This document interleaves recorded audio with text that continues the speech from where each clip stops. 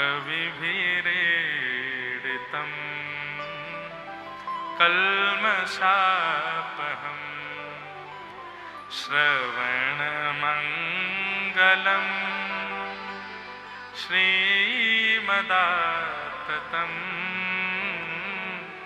भुवि गृह्णन्ति ते भूरिदा जना। गोपियां कह रही हैं, ठाकुर जी आप हमें छोड़ के चले गए, हमारे प्राण निकल जाएंगे कि थोड़ी बहुत देर में आप नहीं आए तो। ठाकुर जी और प्रतीक्षा कर रहे हैं, बोले नहीं आऊंगा, देखूं तो सही तुम्हारे प्राण निकलेंगे कैसे। ठाकुर जी आए ही नहीं, और जब आए नहीं तो गोपियों से पूछने लगे प्राण तो निकले नहीं तुम्हारे, बस हमको धमकी दे रही थी हमारे प्राण निकल जाएंगे, हमारे प्राण निकल जाएंगे। क्यों नहीं निकले तुम्हारे प्राण? इतना ही प्रेम था तो मेरे जाति प्राण निकल जाने चाहिए थे। तब गोपियां कहती हैं आप तो चले गए थे पर आपकी कथा कानों में चल रही थी ठाकुर जी, उनसे हमारे प्राण बचे हुए थे। आप चले गए तो एक बार को प्राण रुक जाएंगे, लेकिन कहीं आपकी कथा हमारे जीवन से चली गई ना ठाकुर जी, उसी दिन प्राण निकल जाएंगे हमारे। कहीं ना कहीं कथा को विशेषता तो दी गई। तो वक्ता के तो दोनों काम है, जो कह रहा है उसको सुनना भी पड़ता है कि मैं कह क्या रहा हूं। तो ये बात हमारे भाग्य की, हमारे गुरुदेव भगवान कह रहे हैं कि वक्ता और श्रोता दोनों यदि प्रेमास्पद होकर के कथा कह रहे हैं और सुन रहे हैं तो ये बात निश्चित है कि उनकी भी स्थिति परीक्षित जैसी हुई होगी कभी गर्भ में, और ठाकुर जी ने उनकी भी रक्षा की है। इसीलिए आज उनका वो प्रेम निर्मित हो पाया है ठाकुर जी के प्रति। तुम हमारे थे प्रभु जी, तुम हमारे, तुम हमारे।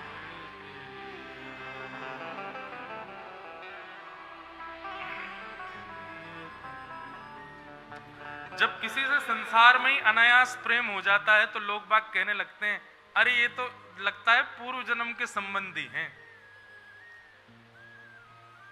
कई बार छोटे छोटे बच्चे सबके पास नहीं जाते, लेकिन किसी को देख करके खिलखिलाने लग जाएं, उसकी गोद में आना, अरे ये लगता है तुमको पूर्व जन्म से जानती है।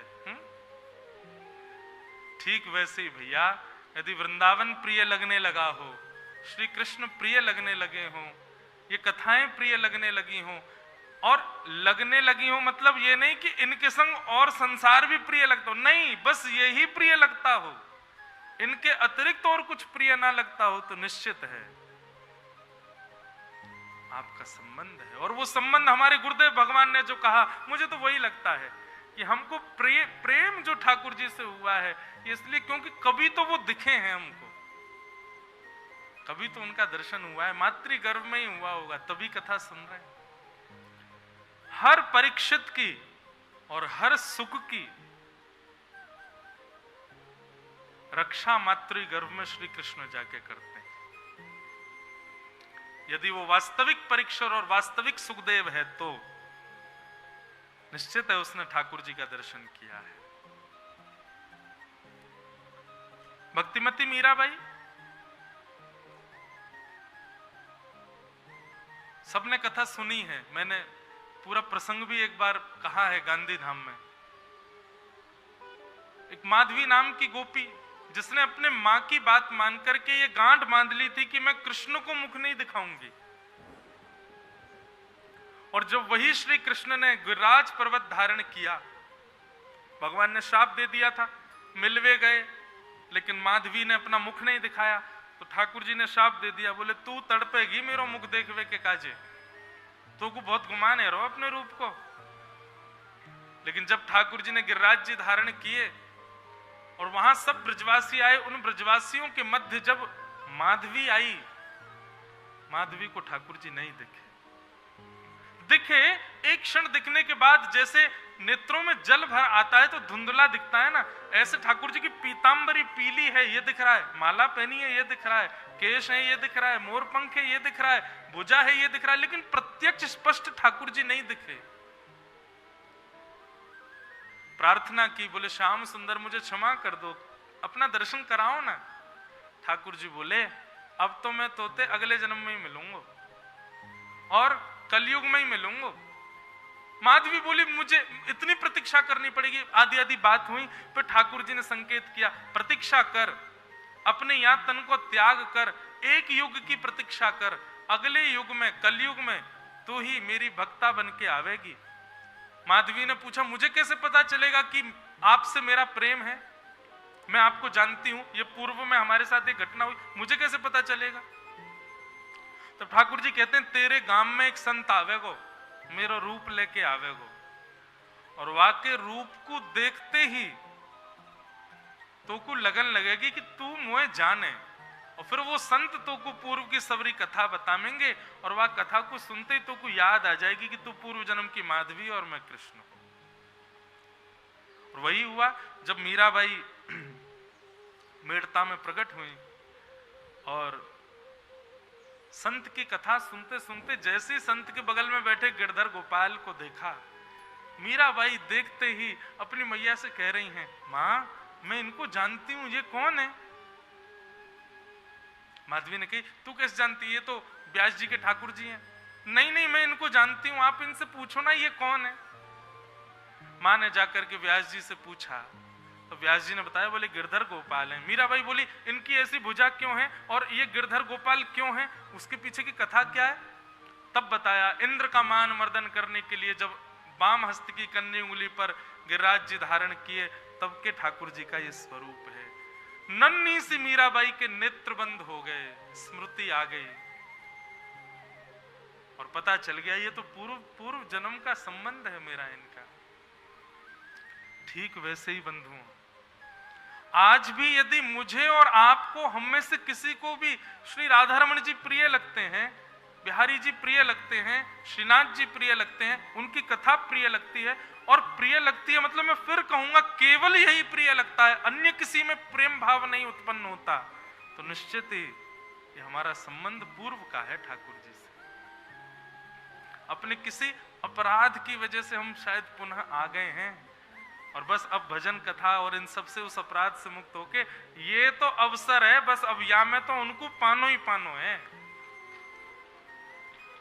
एक बात निश्चय कर लीजिए बंधुओं, ये अंतिम है हमारा, इसके बाद आना नहीं है हमको यहां पे।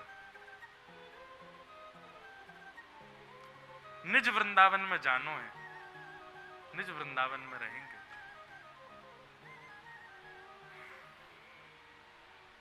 तो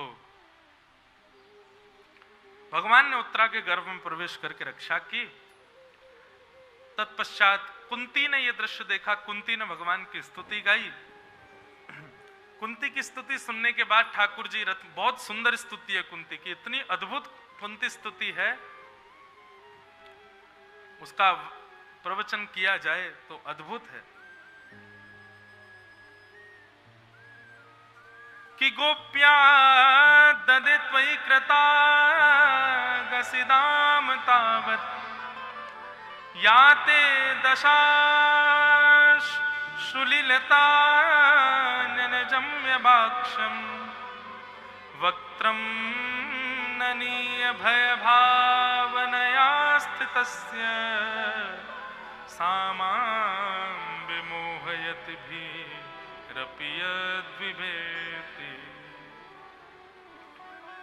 कुंती भगवान की स्तुति गा रही थी और स्तुति गाते गाते गाते गाते पहले तो भगवान को परब्रह्म बताया, बोले आप परब्रह्म हो। भगवान बोलने लगे हम परब्रह्म क्यों? बोले क्योंकि आपने उत्तरा के गर्भ में जाके रक्षा की। ठाकुर जी ने तुरंत मुख बंद किया, बोले ये भेद है, इसको खोल क्यों रही हो? बोले मुझे सब दिख गया, आपने ही उसके गर्भ में जाके रक्षा की बालक की, आप परब्रह्म हो। और परब्रह्म होते हुए फिर उनसे वरदान मांगा कि मुझे संसार के सारे कष्ट दे दो, आदि आदि ये सब चर्चा होने लगी। तो ठाकुर जी थोड़े भावुक हो गए। ठाकुर जी जैसे ही भावुक हुए तुरंत कुंती ने ये प्रसंग छेड़ दिया, मैं शायद पहली बार ही कह रहा हूं कथा में। गोप्या ददे त्वयि कृता गसिदाम तावत। लाला आज तुम बड़े बड़े काम करते हो, सुदर्शन चक्र उंगली पर रखते हो, शंख चक्र गदा पद्मधारी चतुर्भुज रूप तुम्हारा हो गया है, लेकिन मुझे तो तुम्हारी वो छवि याद है। बोले कौन सी?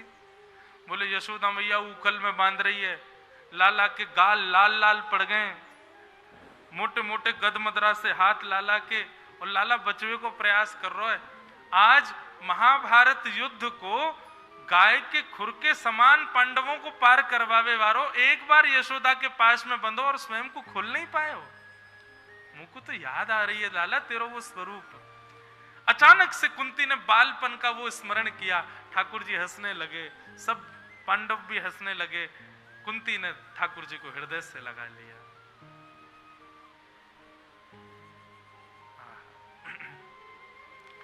अब भगवान बोले अब आप सब लोग विराजो, मैं अब द्वारिका जा रहा हूं। जैसे ही ठाकुर जी पुनश्च रथ में बैठे तो युधिष्ठिर जी रोने लगे। भगवान युधिष्ठिर को लेकर के भीष्म पितामह के पास गए। भीष्म पितामह ने स्तुति गाई, मैंने बहुत बार विस्तार से कही है, उसका वर्णन नहीं। अब मैं थोड़ा सूक्ष्म में विषय को कह के आगे चलूं। ठाकुर जी द्वारिका को चले गए। परीक्षित ने जन्म लिया। अर्जुन भगवान के पास द्वारिका गए, बहुत दिनों तक लौट करके नहीं आए, तो युधिष्ठिर जी को चिंता हुई। युधिष्ठिर जी ने जब पूछा कि भाई अर्जुन इतने दिन हो गए आए क्यों नहीं, तभी अर्जुन जी का द्वार पर आगमन हुआ। अर्जुन की दयनीय अवस्था देखकर के युधिष्ठिर जी ने पूछा तुम्हारी अवस्था हुई है, द्वारिका में सब ठीक तो है ना? अर्जुन ने बताया द्वारिकाधीश कृष्ण अपनी लीला पूरी करके चले गए। और ये बात सुनते ही पांडव मौन हो गए, मन में विचार करने लगे जिनकी कृपा से हम लोग आज इंद्रप्रस्थ की गद्दी पर बैठे हैं, जब वे ही नहीं है तो हम क्या करेंगे बैठ के। और परीक्षित को राज्य गद्दी पर बिठा करके पांडव स्वर्गारोहण को चले गए। परीक्षित धीरे धीरे बड़े हुए। परीक्षित का ब्याह, जन्मेजय आदि पुत्र हुए। एक दिन परीक्षित भ्रमण कर रहे थे, तभी उनको कलयुग मिला। कलयुग को मारना चाहते थे, पर कलयुग ने कहा मुझे आप 5 स्थान दे दीजिए, मैं वहीं रहूंगा, वहां से कहीं नहीं जाऊंगा। अच्छा बंधुओं, एक गोपनीय कथा सुनाए। मुझे भय तो लग रहा है कि मैं कैसे कृष्ण जन्म पे पहुंचूंगा, लेकिन सुना देता हूं।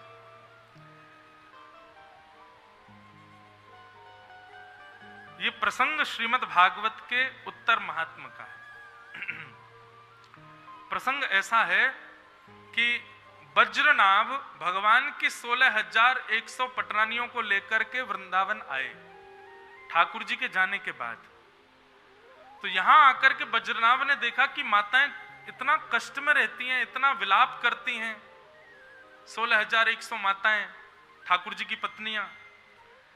तो वज्रनाभ ने सांडिल्य मुनि भगवान के कुल पुरोहित को चित्रकूट से बुलवाया और उनसे पूछा कि इस विरह से हम कैसे बचें। तब सांडिल्य मुनि ने कहा कि भैया जब उद्धव जी ब्रज में आए थे ना, बहुत ध्यान से सुनिएगा, तो उद्धव जी ने विधाता से कहा था आशा महो चरण रेणु जशाम हमशाम वृंदावने किमपि गुलमलतौषधी नाम। श्री उद्धव जी महाराज ने प्रार्थना की थी कि मुझे वृंदावन की लता गुल्म पत्रों का रूप दे दीजिए ताकि मैं ब्रज में इन लता पत्रों के रूप में रह सकूं।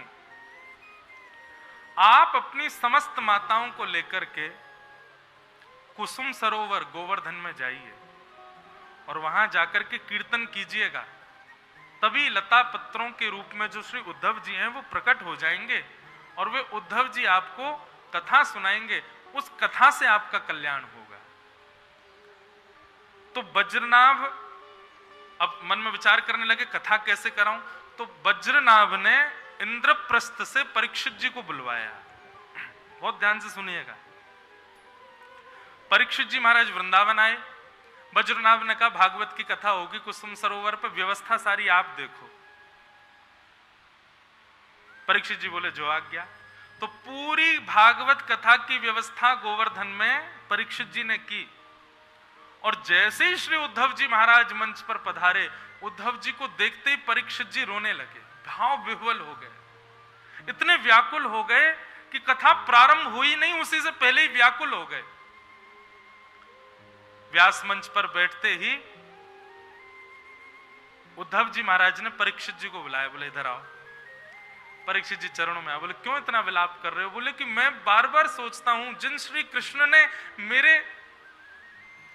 मेरे पितामह, मेरे परिवार की पग पग पे रक्षा की, महाभारत युद्ध को जिता दिया। और तो और जब मैं मां के गर्भ में था, ब्रह्मास्त्र मुझे मारने आ रहा था, मेरी मां के गर्भ में आकर के मेरी रक्षा की। उन कृष्ण की कथा में सुनने जा रहा हूं, इस भाव से मुझे बहुत प्रसन्नता हो रही है।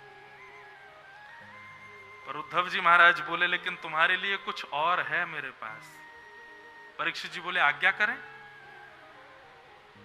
बोले, यहां हम कथा सुना रहे हैं, पर अभी अभी कलयुग प्रारंभ हो गया है, और यदि वो कलयुग यहां तक आ गया तो पूरी कथा में विक्षेप डाल देगा। परीक्षित, तुम एक छत्र सम्राट हो पृथ्वी के, हम तुमको दायित्व देते हैं, तुम्हें अकेले को बलिदान करना पड़ेगा अपना, पर इतने सारे वैष्णवों को कथा सुनने को मिल जाएगी, इसलिए इन सबको निर्विघ्नता से कथा मिल जाए। तुम कथा छोड़ करके जाओ और जाकर के कलयुग को रोको। परीक्षित जी की पहले से स्थिति ऐसी थी कि कथा सुने बगैर तो वो रो रो के बेहाल। उनसे ये और कह दिया कि तुम कथा छोड़ के जाओ, उनके तो प्राण निकलने ही वाले थे। परीक्षित जी बोले, भगवान मुझे नहीं बनना एक छत्र सम्राट, मुझे नहीं चिंता करनी किसी की, आप मुझे कथा सुनाइए, मैं कृष्ण को जानना चाहता हूं। तब उद्धव जी महाराज बोले, तुम चिंता मत करो, तुम्हारे लिए और सुंदर कथा होगी, और साक्षात श्री सुखदेव जी महाराज आएंगे और आकर के तुमको कथा सुनाएंगे।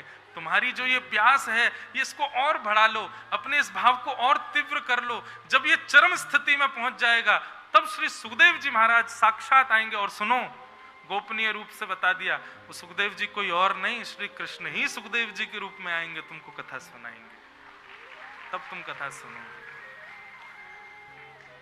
तब परीक्षित जी के चित्त में थोड़ी शांति हुई, और परीक्षित जी ने चरणों में प्रणाम करके कहा, ठीक है भगवान, आप निर्विघ्नता से कथा करो, कलयुग को मैं बांधूंगा। ये कथा भागवत के दूसरे महात्म्य में आती है। और श्री परीक्षित जी महाराज निकल पड़े और बस इंतजार कर रहे थे कलयुग कब मिलेगा। आज जैसे कलयुग मिला, कलयुग को परीक्षित जी ने कहा, छोड़ के चले जाओ। कलयुग बोला, मैं कहीं नहीं जाऊंगा, मुझे स्थान दे दो। तब 5 स्थान दिए। द्यूतम पानम स्त्रिय सूना यत्रा धर्मश्चतुर्विधः पुनः शयाचमानाय जात रूप मदात प्रभो। यदि परीक्षित जी उस समय कुसुम सरोवर की कथा छोड़ करके नहीं गए होते, तो कलयुग 5 स्थानों से मुक्त होकर के पूरे विश्व में व्याप्त हो जाता। क्या स्थिति होती कलयुग की, विचार करो। आज कितनी बड़ी विडंबना, केवल 5 ही स्थान है कलयुग के पास, यह भी परीक्षित जी की कृपा है। द्यूतम यानी कि जुआ, पानम यानी कि मदिरा पान, भक्ष भक्ष सेवन, स्त्रिय यानी परिस्त्री पर पुरुष संग, अनीति से कमाया गया धन और हिंसा, इन 5 स्थानों में कलयुग निवास करता है। इसको परीक्षित जी ने बांधा। परीक्षित जी स्वयं भटक गए और जरासंध का मुकुट सिर पर पहनते ही उनकी मति भ्रमित हो गई। उन्होंने जाकर के शमिक ऋषि का अपमान किया। शमिक ऋषि के पुत्र श्रृंगी ने उनको 7 दिन में मरने का श्राप दे दिया। श्री परीक्षित जी महाराज जैसे ही पता चला कि श्राप लगा है, अपने पुत्र जन्मेजय को राज्य गद्दी पर बैठा करके गंगा के तट पर चले गए और प्रतीक्षा करने लगे, श्री सुखदेव जी आएंगे।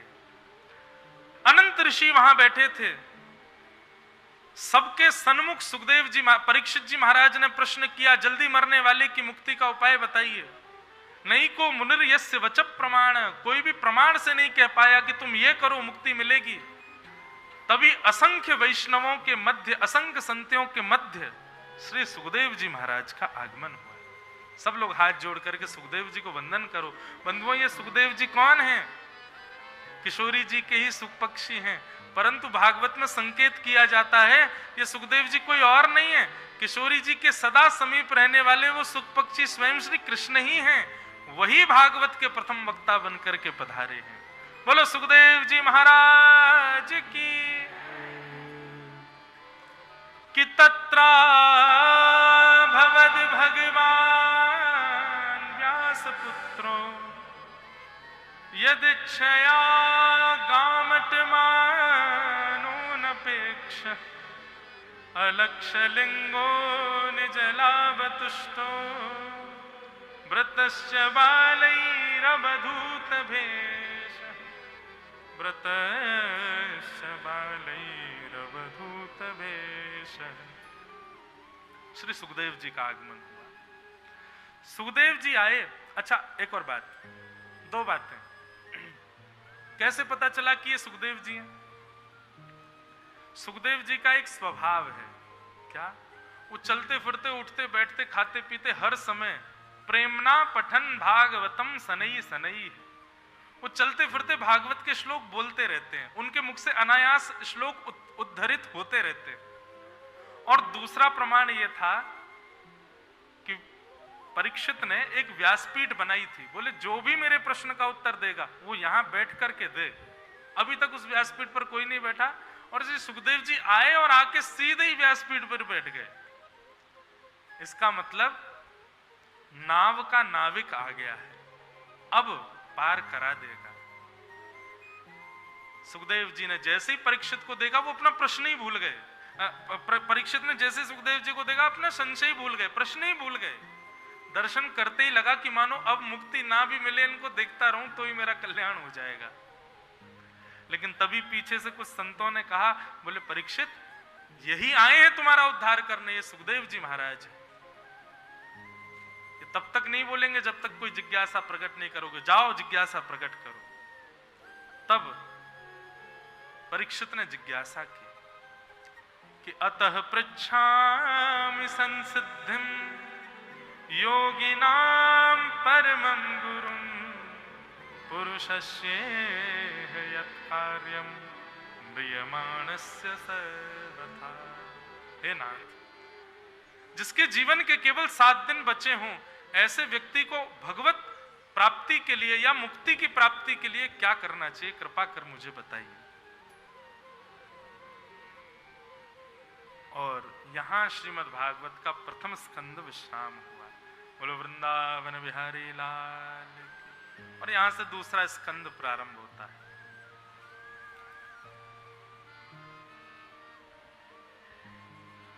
श्री सुखदेव जी महाराज अब बोलना प्रारंभ कर रहे हैं। मैंने कल परसों एक बात कही थी, गुरु वही जो संशय समाधान करा दे, वो गुरु। वरीयानेशते प्रश्न क्रतो लोकहितं नृप आत्मवित्सम्मतः पुंसां श्रोतव्यादिषु यत्परः। परीक्षित, आपने जो प्रश्न किया है ना, क्रतो लोक हितम नृप, आपने ये लोक हित के लिए किया है, अपने पर्सनली आपने अपने लिए ये प्रश्न नहीं किया।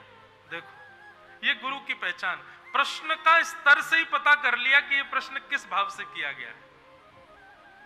क्रतो लोक हितम नृप, ये आपने अपने लिए नहीं किया।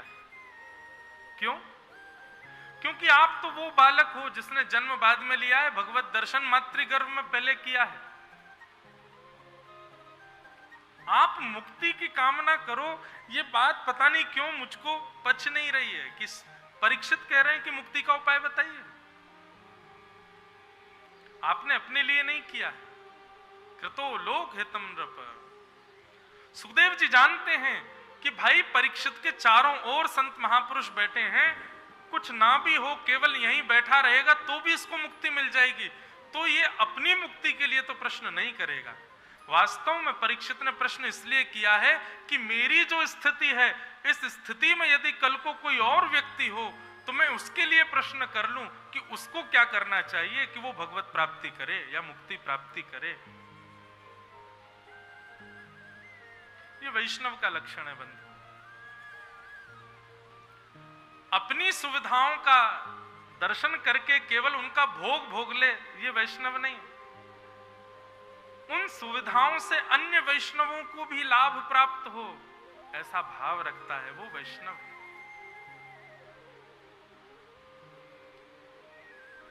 सूरदास, कुंभनदास, गोविंद दास आदि आदि ये सब वैष्णव जो हुए, इन सबको ठाकुर जी की अंतरंग लीलाएं दिखती थीं, पर उन्होंने इन अंतरंग लीलाओं को अपने तक सीमित रख के स्वयं दर्शन नहीं किया, उसको लिख करके पूरे विश्व को बताया। ऐसी लीलाएं, ये वैष्णव का स्वभाव। परीक्षित, ये प्रश्न तुम्हारे लिए नहीं, कृतो लोक हितम नृप, तुमने सबके हित के लिए किया।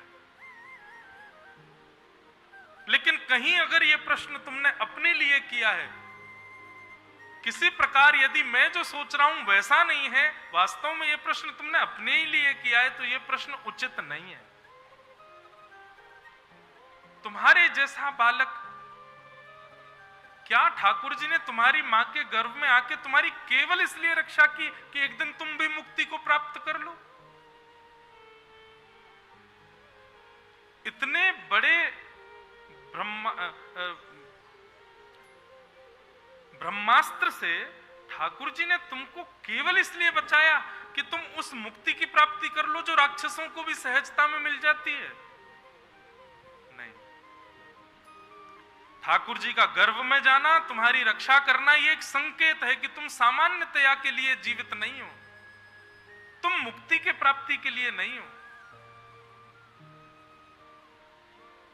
क्योंकि मुक्ति तो राक्षसों को भी मिल जाती है। जीवन पर्यंत किसी ने गलत कर्म किए हो, परंतु अपने अंतिम श्वास में यदि भगवान नाम ले लिया हो, मुक्ति तो उसको भी मिल जाती है। मुक्ति बहुत सरल साधन है परीक्षित। केवल उस मुक्ति के लिए भगवान ने तुम्हारी मां के गर्भ में प्रवेश करके तुमको बचा लिया, मुझे ये बात पचती नहीं है। तुम मुक्ति के लिए नहीं, तुम भक्ति के लिए। और मुक्ति का अभिप्राय होता है मृत्यु के बाद तन से मुक्त होकर के भगवत धाम की प्राप्ति करना, पर भक्ति का मतलब होता है तन में ही अवस्थित रहते हुए भगवान को ही सामने प्रकट कर लेना। तुम मुक्ति के लिए नहीं, तुम भक्ति के लिए आए हो परीक्षित। इसीलिए भगवान ने तुम्हारी रक्षा की थी, क्योंकि तुमसे कुछ विशिष्ट करवाना है ठाकुर जी को।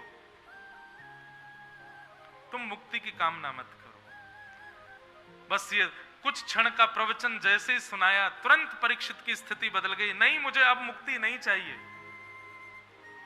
भगवान कृपा करके मुझे तो भक्ति का वरदान दीजिए, भक्ति प्रदान कीजिए। बंधुओं, ये बात मैं पहले दिन से ही कहता रहता हूं, वैष्णवों के लिए मुक्ति का प्रावधान नहीं है। हां, मुक्ति की इच्छा, मुक्ति मिल जरूर जाएगी, ऑफर जरूर होगी, पर हमारे चित्त में यह भावना नहीं होनी चाहिए कि हमें मुक्ति प्राप्त हो। हम तो भक्ति के लिए हैं, भक्ति की प्राप्ति हो और उस भक्ति के भाव से हम प्रत्यक्ष श्याम सुंदर को अपने सामने प्रकट कर लें, ऐसी भक्ति।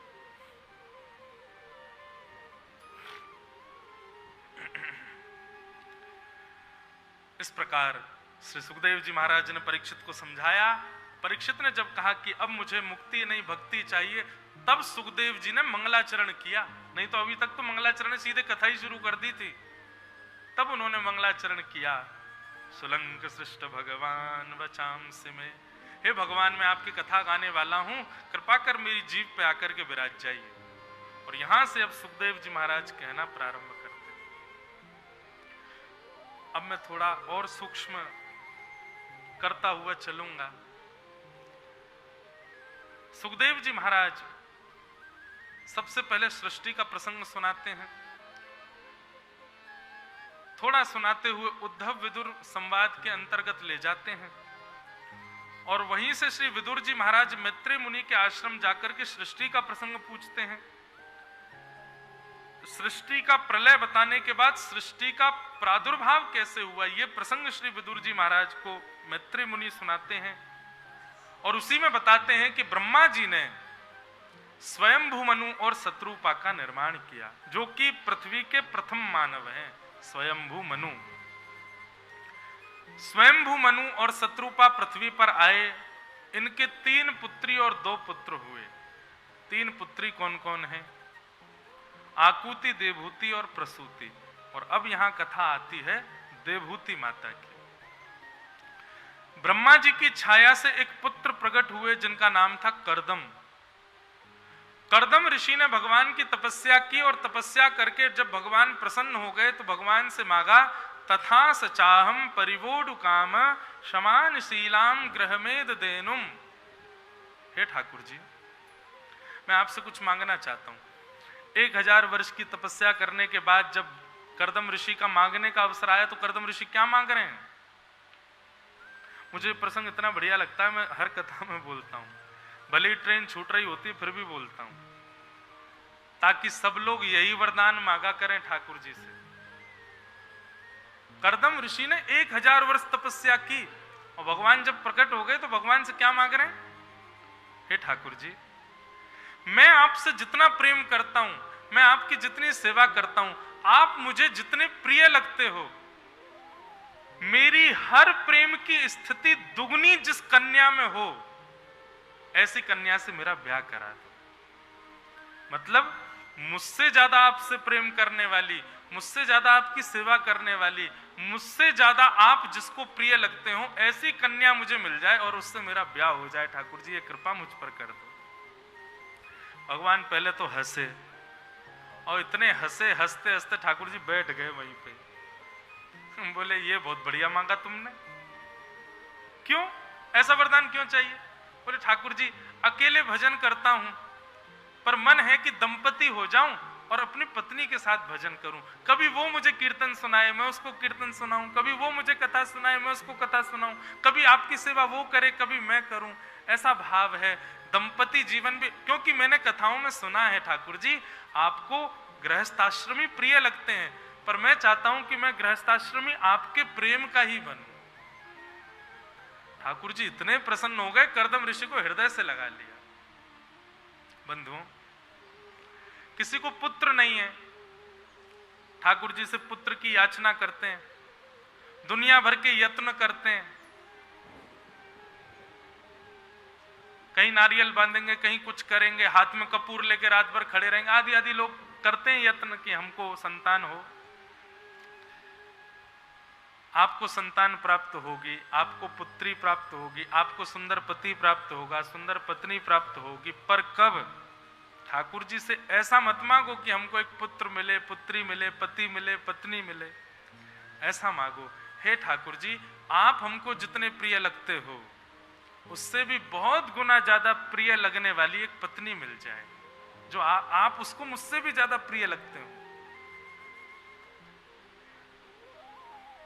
अब आपको ही प्रिय नहीं लगते ठाकुर जी, केवल और केवल अपनी मनोकामना पूर्ति के लिए पत्नी मांगोगे, पति मांगोगे, आदि आदि वस्तु मांगोगे, तो फिर वैसा ही मिलेगा। जितना प्रेम आपका ठाकुर जी से, उतना ही करने वाला मिलेगा।